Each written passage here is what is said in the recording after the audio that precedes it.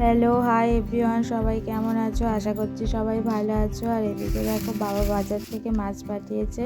কাটাপোনা মাছ, নদীর মৌরলা মাছ আর বাটা মাছ, এই 3 রকমের মাছ পাঠিয়েছে আজকে। আর এই সব মাছগুলো মা এখন কেটে নিচ্ছে। আর এইদিকে আমি সমস্ত সবজিগুলো কাটতে বসে গিয়েছি, রান্না হবে তার জন্য। এদিকে দেখো, ফুলকপি আলু কাটছি, তরকারি হবে বলে।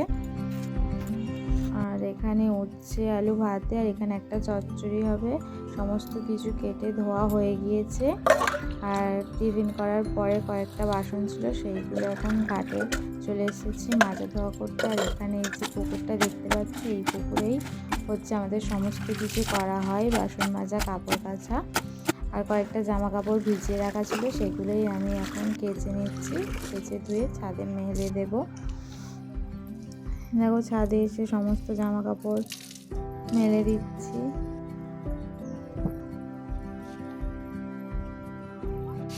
এদিকে দেখি মা রান্না বসিয়ে দিয়েছে, মাছ ভাজা হয়ে গিয়েছে, তরকারিও হয়ে জল ঢালা হয়ে গিয়েছে। এদিকে আমি বান্নারিতে দিচ্ছিলাম। আর এইখানে আমি বললাম একটু চচ্চড়িটা রান্না করি বলে চচ্চড়িটা করতে বসেছিলাম। ভাত হয়ে গিয়েছে, এদিকে তরকারি হচ্ছে। যে মশলাটা বেরিয়েছিলাম ঢেলে দিলাম, তারপর স্নান করে চলে এসেছি। এখন সবাই খেতে বসবো। আমার এই ছোট্ট মিনি ব্লগটা ভালো লাগলে একটা লাইক, কমেন্ট এবং শেয়ার করে দেবে। টাটা।